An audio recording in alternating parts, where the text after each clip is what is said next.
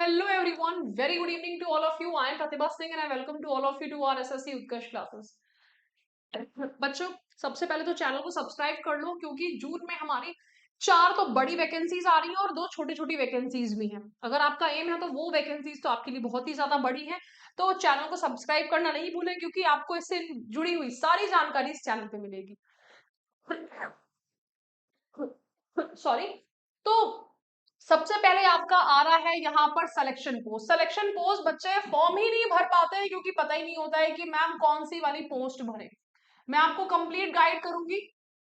3 जून को, 2 जून को हमारा नोटिफिकेशन आ रहा है और सिलेक्शन पोस्ट में 10th 12th और ग्रेजुएशन सब लेवल पे बच्चे अप्लाई कर सकते हैं। बेसिकली फॉर्म भरना डिफिकल्ट होता है, एग्जाम देना तो आसान ही है, इसमें कोई दिक्कत की बात नहीं होती है। फॉर्म बच्चों को समझ में नहीं आता तो बच्चे भर नहीं पाते हैं।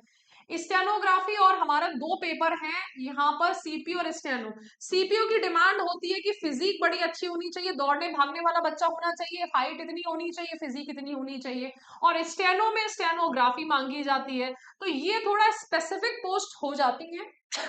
अगर आपका एम है तो आपके लिए डेफिनेटली फायदा है क्योंकि स्टेनो आप पहले से सीख ही रहे होगे, है ना। सीपीओ में थोड़ा बहुत भाग दौड़ कर रहे होंगे। जो बच्चे यहाँ इस एग्जाम्स के बारे में नहीं, इन एग्जाम्स के बारे में नहीं जानते, मैं बोलूंगी कोई बात नहीं बेटा, फॉर्म भर देना, टीयर 1 देके आ जाना। इससे क्या होगा, एक एग्जाम फोबिया खत्म होता है। हमें एग्जाम सेंटर का भी फोबिया होता है, अरे एग्जाम सेंटर पे जाते हैं, वो बच्चा तो ये पढ़ रहा है, उसने तो ये वाली बुक खरीदी है, तो आपके अंदर कॉन्फिडेंस की कमी हो जाती है। डायरेक्ट सीजल देने चले जाते हैं, सीजल में फिर क्या होता है, ठीक है, जय श्री राम जैसी सिचुएशन हो जाती है कि अरे भाई हम भगवान जी का नाम लेते रह गए। और हम बहुत सारी, देखो बच्चे, जैसे कि मेरी भूख अलग है, आपकी भूख अलग है, हो सकता है आप 2 रोटी खाते हो, मैं 3 खाती हूँ, है ना। हो सकता है आप खाना खाने के बाद में तुरंत पानी पी लेते हैं, मैं पानी नहीं पीती हूँ। सबकी अपनी कैपेसिटी, अपनी सोच अलग अलग होती है। सो जब आप एग्जाम में जाते हैं तो एग्जाम से पहले बहुत सारे थॉट्स आते हैं, ये करना चाहिए था, ये नहीं करना चाहिए था। मैं कितनी भी चीजें आपको बोल दूं, ये आपको तब पता चलेंगी जब आप एग्जाम सेंटर पे जाओगे। तो मैं बोलूंगी कि आप इन दोनों एग्जाम को भर देना, चाहे आप जो है, देखो बच्चे, कम से कम हमें एग्जाम पैटर्न पता चलेगा, हमें रिसेंट के आपके करंट क्वेश्चंस पता चलेंगे, तो ये आप फॉर्म भर देना, टीयर 1 आप देने जाइएगा, ठीक है बच्चे। जिससे कि जब हमारा क्या हो, यहाँ हमारे देखो, सीजल जब आप दोगे, स्टेनो अगर पहले, स्टेनो पहले हो जाएगा, सिलेक्शन पोस्ट पहले हो जाएगा, ओके। सीजल हमारा कब होगा, 13 अगस्त से है। तो 2 पेपर हम पहले ही क्या कर चुके हैं, पहले ही हम तैयारी कर चुके हैं, 2 एग्जाम्स हम पहले ही दे चुके हैं, 2 बार हम एग्जाम सेंटर को छू के आ रखे हैं, तो हमारे लिए चीजें नई नहीं होंगी। और उसके बाद में सेम तैयारी के साथ में भाई हमने अलग से कोई बुक्स नहीं खरीदी, हमने सीपीओ दे दिया है। अगर टीयर 1 क्वालिफाई होता है तो आप ये डिसाइड अपने आप कर लोगे कि अगले साल मुझे, सॉरी, आपका मेंस देना है नहीं देना है, ये आपका, it should be your decision, है ना। देन हमारा सीएचएसएल, अब यहाँ तक आप जो है सीएचएसएल के लिए तैयार हो चुके हो और एमटीएस के लिए तैयार हो चुके हो। तो देखो कि मैडम सारे इतने एग्जाम्स हैं, इन सबकी तैयारी के लिए एक रणनीति क्या होनी चाहिए। तो सबसे पहले आपका, जैसे कि मैं हमेशा बोलती हूँ बेटा, वो सब्जेक्ट करो जो कि कम समय में ज्यादा मार्क्स, तो रीजनिंग हमारा कम समय में ज्यादा मार्क्स कैप्चर आपके खींच देगा, कम समय में ज्यादा मार्क्स। अगर अभी भी आप पेपर उठा के देखोगे तो क्या होगा, 50, पहले 50 क्वेश्चन होते थे और उसमें क्या होता था कि 50 के भी 50 सॉल्व करने होते थे, 25 हमारे अब क्वेश्चंस आते हैं, है ना। तो हमें यहाँ पे हमारी एक स्ट्रैटेजी सेट हो जाएगी। और देखो, ये सारे जो सब्जेक्ट्स हैं, मैं यहाँ पे लिख देती हूँ, आपका पेपर क्या है बेटा, ऑनलाइन। ऑनलाइन टेस्ट सीरीज खरीदिएगा और ऑनलाइन हमें क्वेश्चंस को सॉल्व करना है। ये नहीं है कि हमने कोई बुक खरीद रखी है, ऑनलाइन क्वेश्चंस को सॉल्व करना है। उसमें दिक्कत क्या आएगी, आप कभी भी ऑनलाइन एग्जाम, अगर हम ऑफलाइन में हम तैयारी करते हैं तो ऑनलाइन में हम पेपर नहीं दे पाते हैं, हार जाते हैं। एक बच्चा दे रहा है, यहाँ पे सिंपल है, देखो, रीजनिंग के मैंने अगर 50 क्वेश्चन डेली लगा लिए एक हफ्ते तक, तो 35 to 40 मार्क्स आराम से आ जाएंगे, है ना। अब यहाँ पे क्या है कि रीजनिंग के मैंने क्वेश्चंस को लगाना स्टार्ट किया, लेकिन हम ऑफलाइन लगा रहे हैं, किसी बुक से लगा रहे हैं, तो उसमें टाइम जाता है, 15 से 20 मिनट आराम से हमारा टाइम जो है खप जाएगा कि आंसर क्या है, इसका आंसर ए है, कि फिर पिछले पन्नों पे देखोगे, फिर सोल्यूशन देखोगे, क्या होगा सोल्यूशन, है ना। तो अब क्या है, ऑनलाइन टेस्ट दो, जिससे कि क्या होगा, आपके सामने आपने इधर बटन दबाया, उधर आपकी एनालिसिस आ गई। तो ऑनलाइन हमें पेपर जो है उसको सॉल्व करना है, ठीक है। हमारा ध्यान से देखो, जीके जीएस इसकी अभी अगर मैं रणनीति की बात करूं तो 2024, देखो बाकी तो आप गौरव सर की क्लास कर ही रहे होगे, 2024 के आपको क्या करने हैं, सारे क्वेश्चंस बेटा याद कर लेना, प्रीवियस ईयर क्वेश्चंस। और थोड़ा थोड़ा जैसे कि गांधी जी की बारे में बात हुई है, थोड़ा सा गांधी जी के बारे में पढ़ लिया, थोड़ा सा हमने स्टडी जो है वो कर ली गांधी जी के बारे में। 2024 हमारा यहाँ कौन कौन से, सीजीएल और सीएचएसएल। अब 2024 में मान लो ये पूछा गया है कि बुकर प्राइज किसको मिला था, तो 2024 नहीं 2025 का डेटा इंपॉर्टेंट है ना। 2025 में बुकर प्राइज किसको मिला है बताइए कमेंट सेक्शन में। इंग्लिश के लिए हमारा मैम, क्योंकि मैं इंग्लिश ही पढ़ाती हूँ बेटा, देखो कोई भी जब लैंग्वेज सीखनी होती है तो उसकी वोकैब इंपॉर्टेंट होती है। जैसे कि मान लो मुझे अगर फ्रेंच सीखनी है, मुझे उर्दू सीखनी है, तो उसके जो शब्द हैं वो मुझे सीखने होंगे। अगर मुझे शब्द आते हैं तो मुझे वो लैंग्वेज आ जाती है। वोकैब पे आपको ज्यादा ध्यान देना है। एंड देन क्वांट तो देखो ऐसा होना चाहिए कि अपने फेवरेट टॉपिक्स निकाल लो कि जिसमें हमारा कमांड अच्छा है, क्योंकि बहुत ज्यादा टाइम अब नहीं है। तो last minute tips, last minute strategy भी होनी चाहिए कि अगर मान लो एडवांस का आपको हाइट एंड डिस्टेंस के क्वेश्चंस आते हैं तो उसको पहले अच्छे से कर लो।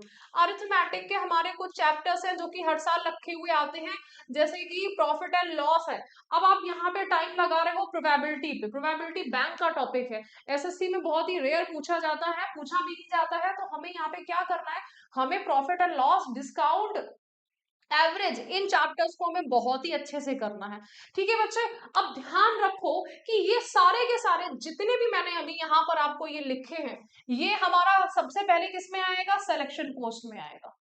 सिलेक्शन पोस्ट हमारा हो जाएगा। अब यहाँ पे जब हमने सिलेक्शन पोस्ट दे दिया तो हमें पता चल जाएगा हमारी गलतियां क्या थी हमारी, क्योंकि फॉर्म भरना बस डिफिकल्ट है, सिलेक्शन पोस्ट में हमने अपना एक वो अपना एक तैयारी कर लिया। फिर सेकंड एग्जाम है स्टेनो का, जो कि मैं बोलूंगी कि बेटा आप लोग स्टेनो का एग्जाम दीजिएगा। ठीक है, स्टेनो में मैंने अपनी गलतियों को और सुधार लिया कि अरे पेपर में मैं ऐसे याद कर रहा था और इंग्लिश में मेरे से ये हो गया, क्लोज टेस्ट मैंने नहीं बनाया, या फिर एरर जो था मैं याद करके तो गया था कि ग्रामर का रूल क्या है लेकिन मैं अप्लाई नहीं कर पाया। तो बहुत सारी आपका जो है माइंड क्या होगा यहाँ पर कमांड देगा, है ना, कि ऐसे नहीं ऐसे करना था। फिर फाइनली हमारा एग्जाम आता है सीजल का एग्जाम, जो कि किसी भी बच्चे के लिए हमारा बहुत इंपॉर्टेंट एग्जाम होता है, क्योंकि ये क्या है बेटा, मिनी यूपीएससी है। क्या है, मिनी यूपीएससी। तो कम से कम आप यहाँ पर, है ना, थोड़े ही समय में अपने आप को क्या कर पाओगे, अपने आप को प्रिपेयर कर पाओगे। उसके बाद में फिर हमारे कौन से एग्जाम्स है, हम भाई यहाँ पर कि क्या मैडम इतने कम तैयारी में निकाल सकते हैं एग्जाम, देखो चाहे तो क्या नहीं कुछ हो सकता। और सिंपल कि अगर हमने बिना करे ही छोड़ दिया तो हमसे ज्यादा बेकार कौन होगा, है ना, कि उनपे है धिक्कार जो देखे ना सपना। अगर हम सपना ही नहीं देखे और हम बिना प्रयास करे छोड़ दें। एक स्टोरी मैं छोटी सी सुनाती हूँ बेटा, इसको कनेक्ट करते हुए कि कौरवों को पता था कि उनकी हार निश्चित है, क्योंकि सामने कौन है, सामने आपके वो सिर्फ पांडव ही नहीं, पांडव के साथ में उनके जो वो थे गुरु यहाँ पे जो उनको गाइड कर रहे थे वो श्री कृष्ण थे। तो दुर्योधन से पूछा गया कि तुम पहले से ही हार को स्वीकार क्यों नहीं कर लेते हो, हाँ पहले क्यों नहीं मान लेते हो। तो अरे मुझे पता है कि मेरी हार होगी, लेकिन मैं बिना लड़े ही युद्ध भूमि से भागूंगा नहीं, कम से कम ये तो होगा ना कि मैंने टक्कर तो दी थी। तो बेसिकली सिंपल आपका मॉरल ऑफ द स्टोरी की, ठीक है कोई बात नहीं, जिनके अंदर कॉन्फिडेंस नहीं है बेटा, एक बार जो है आप प्रयास तो करो, क्योंकि यहाँ पर अगर आपने प्रयास करा तो ठीक है। मैं चलो ये कहूंगी सिलेक्शन पोस्ट, बहुत सारे बच्चे ऐसे होते कि आता है कि मैडम सीजन की तैयारी करे तो सिलेक्शन पोस्ट निकल गया, क्योंकि फॉर्म एक्चुअल में क्या होता है कि एक एक नंबर पोस्ट होती है, पता चला किसी ने भरा ही नहीं है। एक्चुअल में देख लेना कि एक वैकेंसी है, आपके घर के पास में ही ऑफिस होता है, क्योंकि ये डिपार्टमेंटल आपकी बहुत कम कम वैकेंसी निकलती है, किसी में एक होती है, किसी में दो होती है, किसी में तीन होती है ना। स्टेनो बच्चा, बहुत सारा बच्चा क्योंकि स्टेनो की तैयारी नहीं कर रहा होगा, अब कोई बच्चा अगर स्टेनो की तैयारी कर रहा है तो उसका जोर यहाँ पे ज्यादा होगा, है ना। फिर सीजल तो हमारा मेन एग्जाम है ही। सीजल आधे बच्चे क्या कर देते हैं कि अरे बड़ा टफ है, बड़ा टफ है, उनको खौफ खा जाता है। आप थोड़ा चिल मोड में जाके एग्जाम देके तो आओ। और फिर हमारा, मुझे एक बात बताइए कि अगर सीएचएसएल या एमटीएस क्वालिफाई हो गया आपका, जो कि लास्ट में सितंबर अक्टूबर में आपके एग्जाम्स हो रहे हैं, तो बेटा गवर्नमेंट जॉब का ठप्पा तो लग ही जाएगा। और यहाँ पे मिनिमम सैलरी कितनी है एमटीएस की, आपके 27-28 हजार से लेके 32 हजार तक, डिपेंड्स ऑन योर सिटी। और सीएचएसएल हमारा 50 हजार रुपए सैलरी, और ये 8 पे कमीशन लगने वाला है। तो बेटा ये सैलरी क्या बुरी है, सेम सब्जेक्ट्स हैं आपके, सेम सब्जेक्ट्स, ठीक है। तो यहाँ पर हम एक ही सब्जेक्ट से क्या कर सकते हैं, इनको हम एग्जाम को क्वालिफाई कर सकते हैं। भाई 10th के लिए भी वैकेंसी है, 12th के लिए भी और ग्रेजुएशन के लिए भी है ना। तो देखो बच्चे, जो 10th वाले बच्चे हैं वो हमारे क्या फॉर्म भर पाएंगे, उनके लिए दो फॉर्म है, एक तो एमटीएस है और एक हमारा सिलेक्शन। मैडम हम 10th क्लास में हैं, कौन कौन से फॉर्म भरे? अगर आप 12th में हो तो ये दोनों फॉर्म हो चुके हैं, एमटीएस प्लस सिलेक्शन पोस्ट हमारे लिए हो ही गया है। तीसरा स्टेनो है, जो कि अगर स्टेनो आती है या नहीं आती, मैं कहूंगी एटलीस्ट ईयर 1 तो देके ही आ जाओ। देन हमारा यहाँ पे सीएचएसएल मेन एग्जाम है, और 12th में ये सारे, और प्लस हमारा यहाँ पर सीजीएल, ये मेन वैकेंसी, और सीपीओ भी हमारा ग्रेजुएट लेवल पे होता है। ठीक है बच्चे, तो चलिए, अगर आपको सारे एग्जाम्स की तैयारी एक साथ करनी है तो बिग समर सेल हमारी आई हुई है 29 में टू 3 जून। शानदार बचत, दमदार तैयारी, उत्कर्ष, एपी, एसएससी एंड रेलवे के सभी ऑनलाइन कोर्सेज पर 90% तक का डिस्काउंट है, अप टू 90%। 3 मंथ्स की एक्स्ट्रा वैलिडिटी है, एंड प्राइम कोर्सेज पर आपको 10% एक्स्ट्रा डिस्काउंट मिल सकता है। ठीक है, बिग समर बिगर ड्रीम, इस बार तैयारी होगी हमारी दमदार। देखो बच्चे, अलग अलग अलग अलग 10 बैचेस नहीं कर रहे हैं कि अच्छा उस बैच में इंग्लिश चल रही है या इस बैच में मैथ्स चल रही है, नहीं बेटा, एक ही बार एक ही हमें क्लास करनी है जिससे सारे एग्जाम्स क्वालिफाई हो जाए। ठीक है, महापैक अगर आप लेते हो तो आपको सारे आपके जितने भी बैचेस हैं वो कंबाइंड आपको मिल जाएंगे, आपकी तैयारी हो जाएगी। हमें तो सिर्फ यहाँ पे अपनी जो टेस्ट सीरीज है वो लगानी है अलग अलग अलग, तो हमारा काम चल जाएगा। ठीक है, तो मास्टर पास में आपको ये सारे बैचेस, सारी क्लासेस मिल जाएंगी, जिसकी 12 मंथ्स, 24 मंथ्स और 6 मंथ्स हमारी वैलिडिटी है। गौरव बैच 5.0 स्टार्ट होने वाला है। मैडम जो बैच स्टार्ट होने वाला है ना, अगर हम प्राइम बैच लेते हैं तो अभी से, आज से ही आपकी क्लासेस स्टार्ट आप कर सकते हो, है ना। नया बैच भी मिल जाएगा प्राइम में, हमारा पुराना बैच भी मिल जाएगा, और 14 बुक्स हमारे घर पे आ जाएंगी अगर हम प्राइम बैच लेते हैं तो। ओके, और जयपुर से हमारी क्लासेस ऑलरेडी स्टार्ट हो चुकी हैं। इसमें भी है कि अगर हम 14 बुक्स हम चाहते हैं कि घर पे आ जाए तो, और प्रीवियस बैच का एक्सेस मिल जाए, तो हमें प्राइम बैच लेना होगा।